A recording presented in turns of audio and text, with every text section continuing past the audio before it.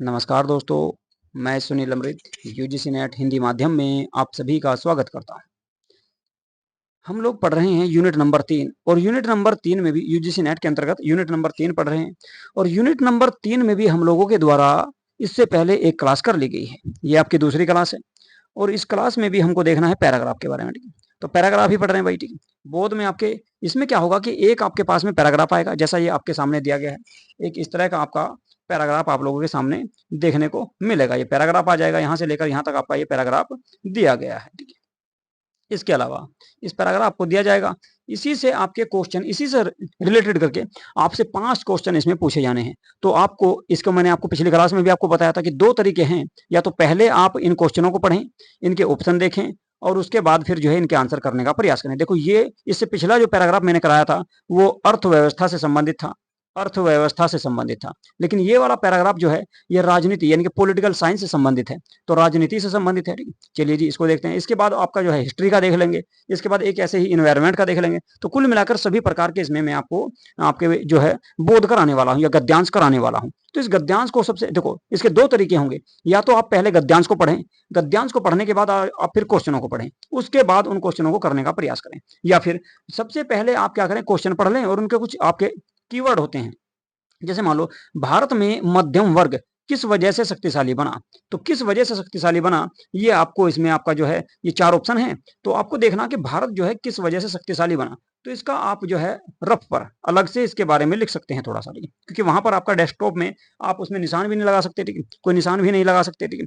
दूसरा, ना ही आपके पास कोई बुकलेट होगी। तो इसमें आप क्या करोगे, उसमें रफ पे आप लिख सकते हो कि शक्तिशाली के बारे में पूछ रहा है कि भारत में मध्य वर्ग जो है किस वजह से शक्तिशाली बना, ठीक है जी। इसके बाद इसमें ऑप्शन दिए गए हैं, अंग्रेजी भाषा प्रशिक्षा से, या देश का आधुनिकीकरण करने से, या राजनीति का व्यवसायीकरण करने से, या फिर सत्ता का दलाली की लोकप्रियता से। तो किससे इसका संबंध होगा, इस तरह से आप इसका आंसर लगा सकते हैं। चलो जी, इसके बाद पढ़ना पड़ेगा आपको क्या, ये गद्यांश पढ़ना पड़ेगा। गद्यांश को पढ़ने के बाद ही आप इसका आंसर लगा सकते हैं, क्योंकि अपने पास से कुछ नहीं लगाना, अपने पास से अपने विचार से आप कुछ नहीं लगा सकते। कुल मिलाकर गद्यांश में ही इसका आंसर छिपा होता है कहीं ना कहीं, ठीक है? मैंने आपको पिछली बार बताया था कि गद्यांश में आपका सबसे पहला क्वेश्चन है, जैसे अभी फिलहाल क्या कर रहा है आपका 2022-23 में, तो बीच में से पूछ रहा है कहीं ना कहीं से, ठीक है? बीच से आ रहा है क्वेश्चन, ठीक है? तो ये क्वेश्चन मान लो, जैसे मान ले ये आ गया आपका, भारत में मध्यम वर्ग का जो विकास हुआ, इसका आंसर आपको लगभग बीच से मिलेगा कहीं से, ठीक है? बीच से मिलेगा पैराग्राफ से। इसके बाद इस गद्यांश में किसका वर्णन किया गया, ये पूछ लिया गया। तो किस चीज का वर्णन किया गया है, तो राष्ट्रीय पटल का उभरना, या राष्ट्रीय राज्य और बाजार को जोड़ने की अभिजातीय वर्ग की कल्पना, ठीक है? जैसे देखो यहाँ पर क्या दिया गया है, अभिजात वर्ग, ठीक है? अभिजातीय वर्ग, ठीक है? इसके बाद यहाँ भी अभिजातीय वर्ग है। इसके अलावा जो है एक दो जगह और देखो कहाँ कहाँ पर जो है इस शब्द का इस्तेमाल किया गया, तो कुल मिलाकर सबसे ज्यादा इस शब्द का इस्तेमाल हुआ। तो हो सकता है कि इस प्रकार का आंसर आपको देखने को मिल जाए, अभिजातीय वर्ग यही इसका सही हो, ठीक है? तो इस तरह से इन क्वेश्चनों को आपको जो है हल करना है। चलिए करते हैं। सबसे पहले क्वेश्चन पर देखो, मेरा जो तरीका है, मैं सबसे पहले आपका क्वेश्चन पढ़ता हूँ, उसके बाद इसको आपका जो है ना पैराग्राफ को पढ़ता हूँ, उसके बाद इसको करने का प्रयास करता हूँ। देखो यहाँ भी अभिजातीय वर्ग दिया गया है, शक्तिशाली भूमिका महत्वपूर्ण है, तो हो सकता है कि इस तरह का क्वेश्चन आपको देखने को मिल जाए। देखते हैं, चलिए। भारत में मध्यम वर्ग किस वजह से शक्तिशाली बना, और अंग्रेजी भाषा, तो इसमें ऑप्शन ए में दिया गया अंग्रेजी भाषा प्रशिक्षा से, या देश का आधुनिकीकरण करने से, या राजनीति का व्यवसायीकरण करने से, या सत्ता का दलाली की लोकप्रियता से। तो देखिए इसको, ठीक है?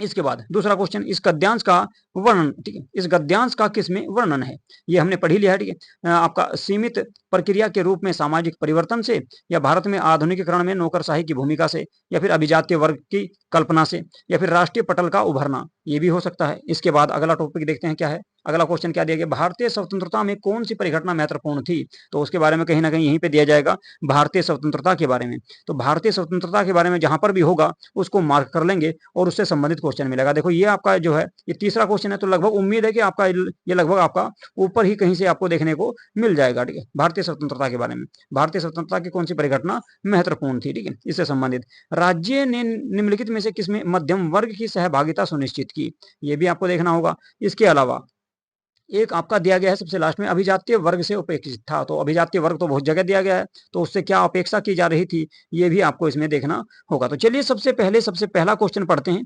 सबसे पहला क्वेश्चन हमने पढ़ ही लिया है, अब एक बार जो है इसको परिच्छेद का अध्ययन कर लेते हैं भाई, परिच्छेद का अध्ययन कर लेते हैं एक बार। तो परिच्छेद का जब अध्ययन करेंगे हम, तो सबसे पहले देखते हैं शुरुआत से ही, भारतीय राज्य निर्माण, भारतीय राज्य निर्माण की कहानी इसके अभिजातीय वर्ग के निर्माण की कहानी के समांतर चलती है। अभिजातीय वर्ग के निर्माण के समांतर चलती है। चलिए जी, भारतीय स्वतंत्रता में राज्य को उदार या उपकरणवादी अवधारणा से प्रेरित आधुनिकीकरण का एजेंडा स्थापित करने में अभिजातीय वर्ग की शक्तिशाली भूमिका रही है। यानी कि देश का आधुनिकीकरण करने में अभिजातीय वर्ग की बहुत ज्यादा भूमिका रही है।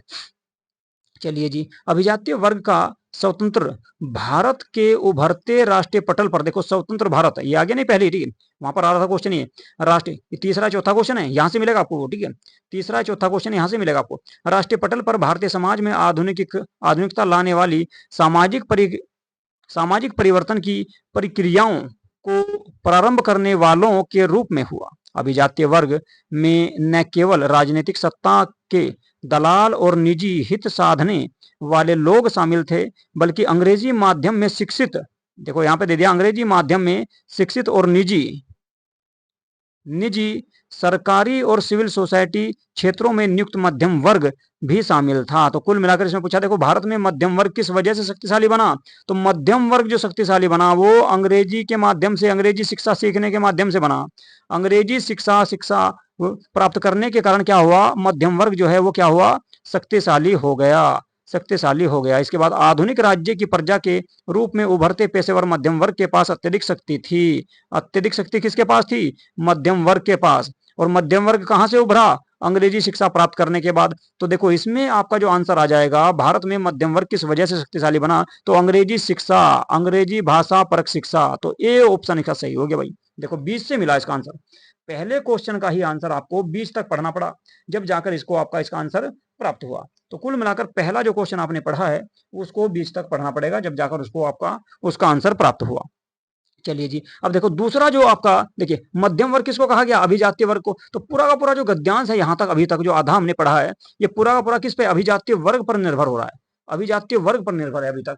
इसके बाद और मुख्यतः अंग्रेजी भाषा की शिक्षा और निजी, अंग्रेजी भाषा की शिक्षा देखो मुख्यतः ये, इनके सबसे ज्यादा जो ना अंग्रेजी भाषा की शिक्षा और निजी और सार्वजनिक दोनों क्षेत्रों में रोजगार के अवसर इस वर्ग के लिए सुलभ थे। तो अंग्रेजी शिक्षा, इसका पहले का आंसर अंग्रेजी शिक्षा आ गया। इसके अलावा और एक और राज्य ने अपने तंत्रों को चलाने के लिए विस्तृत नौकरशाही विकसित की, तो दूसरी ओर धीरे धीरे बाजार विकसित किया, जिससे मध्यम वर्गों के लिए रोजगार के अवसर सर्जित हुए और भारत की मिश्रित अर्थव्यवस्था में मध्यम वर्ग की सहभागिता सुनिश्चित हुई। भारतीय अर्थव्यवस्था और इनकी कल्पना को साकार करने में मध्यम वर्ग की सहभागिता एक ऐसी प्रमुख विशेषता है जो बौद्धिक क्षेत्र में महत्वपूर्ण। इस मायने में भारतीय राज्य की सफलता आंतरिक रूप से स्वतंत्र भारत की कल्पना के नए रूप से जुड़ी है, जिसने एक और राष्ट्रीय राज्य के विमर्श को स्थापित किया और दूसरी ओर सहभागिता स्थल के रूप में बाजार को सक्रियता किया। तो कुल मिलाकर दूसरे का जो आंसर मिल रहा हमको, राष्ट्रीय राज्य और बाजार को जोड़ने की अभिजातीय वर्ग की जो कल्पना है, इसका आंसर आ जाएगा बी। तो पहले का आपका हो गया ए, जो आपका बीच से मिला है। दूसरा आप देख सकते हैं अभिजातीय वर्ग, ये पूरे पैराग्राफ को पढ़ने के बाद ही आप इसका आंसर दे सकते हैं कि अभिजातीय वर्ग के बारे में पूरे में जो है इसका जो सारांश है गद्यांश का, वो अभिजातीय वर्ग यानी कि मध्यम वर्ग है। मध्यम वर्ग को ही इसमें आपका सही आंसर आएगा। तो अभिजातीय वर्ग आ जाएगा, बी ऑप्शन हो गया। इसके बाद क्वेश्चन नंबर 3 देखेंगे इस पैराग्राफ का, और आपका ये क्वेश्चन नंबर 13 है। इसमें देखो भाई क्या पूछ रहा है, इसमें पूछ रहा है भारतीय स्वतंत्रता में कौन सी परिघटना महत्वपूर्ण थी। देखो मैंने बताया कि भारतीय स्वतंत्रता के बारे में सबसे ऊपर दे रखा था आपका ये दे रखा, स्वतंत्रता के बारे में सबसे ऊपर दे दिया गया। यानी कि तीसरा जो क्वेश्चन पूछा गया वो लगभग आपका पहले पैराग्राफ से संबंधित रहेगा, पहले पैराग्राफ से संबंधित रहेगा। तो इसका आंसर क्या होगा, अब देखते हैं इसका आंसर, देखते हैं जी क्या होगा। ठीक है, देखो भाई इसमें कह रहा है कि भारतीय स्वतंत्रता में कौन सी परिघटना महत्वपूर्ण थी।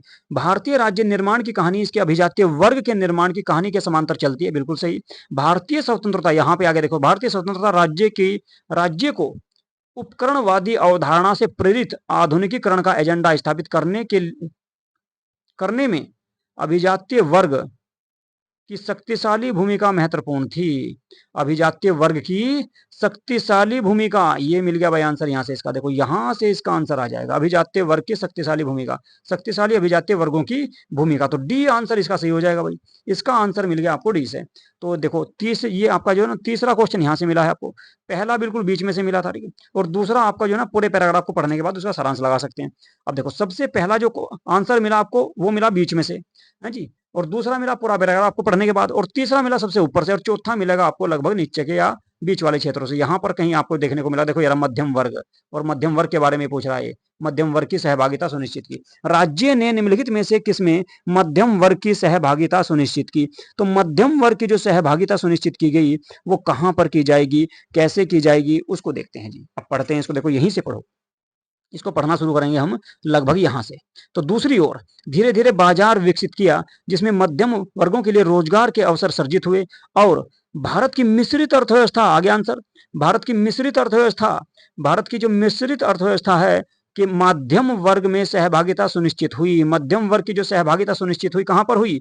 मिश्रित अर्थव्यवस्था में हुई। ये मिल गया यहाँ से आंसर इसका भाई। देखो तो कुल मिलाकर आपका जो चौथा क्वेश्चन है यहां से मिल गया, पहला बीच में से मिला, दूसरा आपको पूरा पैराग्राफ को पढ़ना पड़ा, तीसरा आंसर सबसे ऊपर से मिल गया, और चौथा आंसर मिल रहा आपको भाई देखो यहाँ से बिल्कुल आपका मध्यम से, यानी कि कुल मिलाकर बीच से और एंड के बीच में से मिला है। तो इस तरह से ये क्वेश्चन आपको ढूंढने पड़ते हैं इसमें, ठीक है, इस तरह के क्वेश्चन आपको इस तरह से ढूंढने से प्राप्त होते हैं, ठीक है।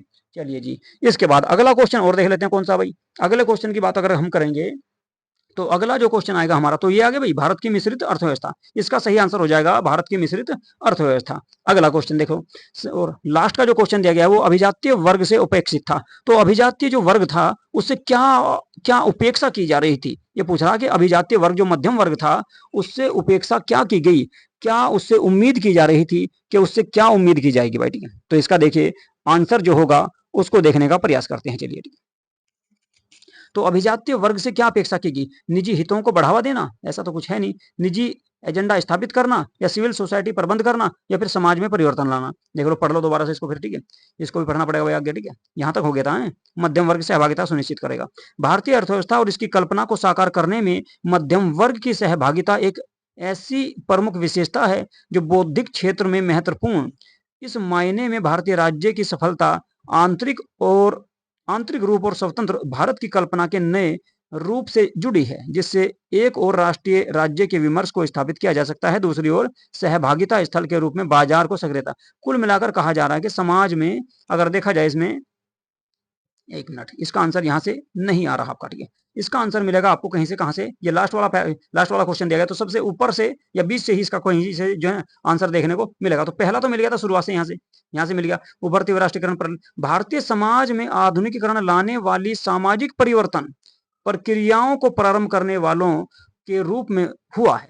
क्या हुआ है? अभिजातीय वर्ग से अपेक्षित है, क्या उपेक्षा की जा रही है, ठीक है। अभिजातीय वर्ग न केवल राजनीतिक सत्ता में दलाल, निजी संसाधनों, निजी हित साधने वाले लोग शामिल थे, यानी कि निजी हित ये तो है नहीं, और निजी एजेंडा भी शामिल नहीं है, ठीक है, और सोसाइटी के बारे में इसमें बात नहीं की गई। तो देखो यहाँ पर बात की गई है आधुनिकता लाने में, भारतीय समाज में आधुनिकता लाने वाले सामाजिक परिवर्तन। तो कुल मिलाकर समाज में परिवर्तन लाना, इसका जो आपका उपेक्षित किया गया अभिजातीय वर्ग से जो उम्मीद की जा रही थी, वो उम्मीद की जा रही थी कि भाई वे समाज में परिवर्तन लाएंगे, तो समाज में परिवर्तन लाने की उम्मीद इन लोगों से की गई। तो डी आंसर इसका हो जाएगा। ये देखो आपका पांचवा क्वेश्चन आपको यहां से मिला। देखो सबसे पहला जो क्वेश्चन प्राप्त हुआ था आपको लगभग बीच से मिला, मध्यम वर्ग यहां से मिला, ठीक है, तो बीच में से मिला था, ठीक है, ये वाला शिक्षित वर्ग, ठीक है, मध्यम शिक्षित अंग्रेजी वर्ग, ठीक है, यहां से मिला। तो पहला क्वेश्चन आपको बीच में से मिला, दूसरा क्वेश्चन पूरा पैराग्राफ को पढ़ने से मिला, तीसरा क्वेश्चन आपको कहां से मिला था, मैंने आपको बताया, तीसरा क्वेश्चन आपका शुरुआत से मिल गया था, ठीक है। इसके बाद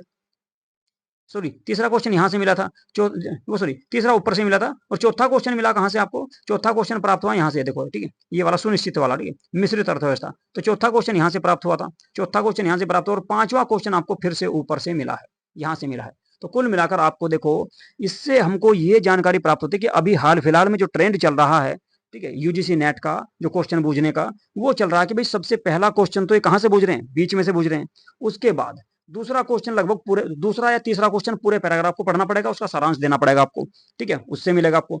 और तीसरा जो क्वेश्चन मिलेगा लगभग या तो ऊपर से मिलेगा, ठीक है, या फिर उसका थोड़े बहुत आसपास उसके नीचे से मिलेगा, तीसरा क्वेश्चन। चौथा क्वेश्चन आपको लगभग आपका नीचे वाले पोर्शन से, नीचे वाले पोर्शन से मिलेगा, ठीक है, या फिर कभी कभी हो सकता है कि जो ना बीच और नीचे के बीच में से मिल सकता है, जैसे यहाँ से दिया गया है आपका, ये यहाँ से मिला है, यहाँ से प्राप्त हुआ चौथा क्वेश्चन। इसके अलावा फिर पांचवा क्वेश्चन फिर ऊपर पूछ गया, यानी कि पहले पैराग्राफ के बाद में एंड में पूछ गया, तो यहाँ से मिल गया। तो कुल मिलाकर आप देख सकते हैं कि आपका यूजीसी नेट जो आपका, या जो एनटीए जो एग्जाम में जो आपका पैराग्राफ दे रहा है, उसमें जो क्वेश्चन दे रहा है, ये नहीं है कि भाई आपका पैराग्राफ जो है ना कि पहला क्वेश्चन शुरुआत से मिला गया, ठीक है, या फिर बीच में से मिला, कहीं से भी दे सकता है। लेकिन आजकल जो ट्रेंड चल रहा है कि पहले क्वेश्चन का वो लगभग बीच से, मध्य वाले क्षेत्र से प्राप्त हो रहा है, यानी कि आपको सारा पैराग्राफ पढ़ना पड़ेगा, उसके बाद ही आप इसके आंसर दे सकते हो। कुल मिलाकर ये निष्कर्ष निकलता है। निष्कर्ष क्या निकल रहा है?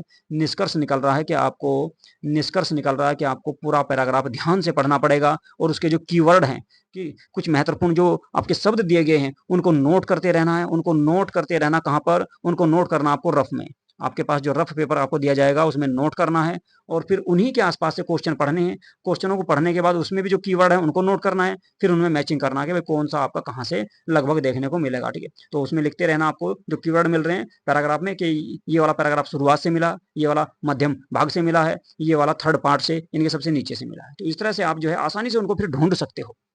आपको पूरा पैराग्राफ दोबारा से या तिबारा से पढ़ने की जरूरत नहीं पड़ेगी। आप जो है उनको वहीं पर जाकर उसको, क्वेश्चन को, उसका अनुमान लगा सकते हैं। देखो बिल्कुल सटीक आंसर नहीं आएगा, इसमें क्या होता है, अनुमान लगाना होता है, लॉजिक लगाना होता है कि यहाँ से ये क्वेश्चन मिल रहा है आपको, लगभग यहाँ से ये क्वेश्चन प्राप्त हो रहा है। तो इस तरह से इनके आपको आंसर करने होंगे। तो भाई बताओ ये बात आपके समझ में आ रही है नहीं? देखो मैंने आपको दो तरीके बताए, या तो आप पहले सबसे पहले पैराग्राफ को पढ़ लो, उसके बाद क्वेश्चन पढ़ो, या फिर क्वेश्चन पढ़ लो उसके बाद पैराग्राफ पढ़ लो। दो ही तरीके सबसे बेस्ट माने जाते हैं। या तो सबसे पहले मेरे अनुसार जो है, सबसे पहले आप लोगों को जो है ना क्वेश्चन पढ़ने हैं, उसके बाद उसके कीवर्ड लिख लेने हैं, फिर आपको आपको पैराग्राफ पढ़ना है। और जहां जहां भी आप उस पैराग्राफ को पढ़ते जाओगे, ठीक है, और वहां भी वे कीवर्ड आपको मिल रहे हैं, टकरा रहे हैं, वहीं पर उनको जो है उसका आंसर आपको देखने को मिलता रहेगा, साथ साथ उसके आंसर वहीं से निकालते रहें। तो ये करने का तरीका मेरे अनुसार सबसे अच्छा है। हो सकता है कि आप सबसे पहले पैराग्राफ को पढ़ें, उसके बाद क्वेश्चनों को पढ़ें, और उसके बाद आंसर निकालें। आपको देखना कि आप किस तरीके से, अच्छी तरीके से कर रहे हैं, इन क्वेश्चनों को किस तरीके से आप अच्छी तरीके से कर सकते हैं, ठीक है। तो ये क्लास आप लोगों को कैसी लग रही है, और आपका कौन सा तरीका है? आप पहले पैराग्राफ को पढ़ोगे या अनुच्छेद को पढ़ोगे? तो कमेंट बॉक्स में जो है, कमेंट बॉक्स में कमेंट करके जरूर बताएं, ठीक है। और ये क्लास आप लोगों को कैसी लगी इसके बारे में भी जरूर बता देना, ठीक है। और अच्छे से एग्जाम देके आना, ठीक है। चलिए जी, तो करते हैं क्लास को समाप्त यहीं पर। नमस्कार।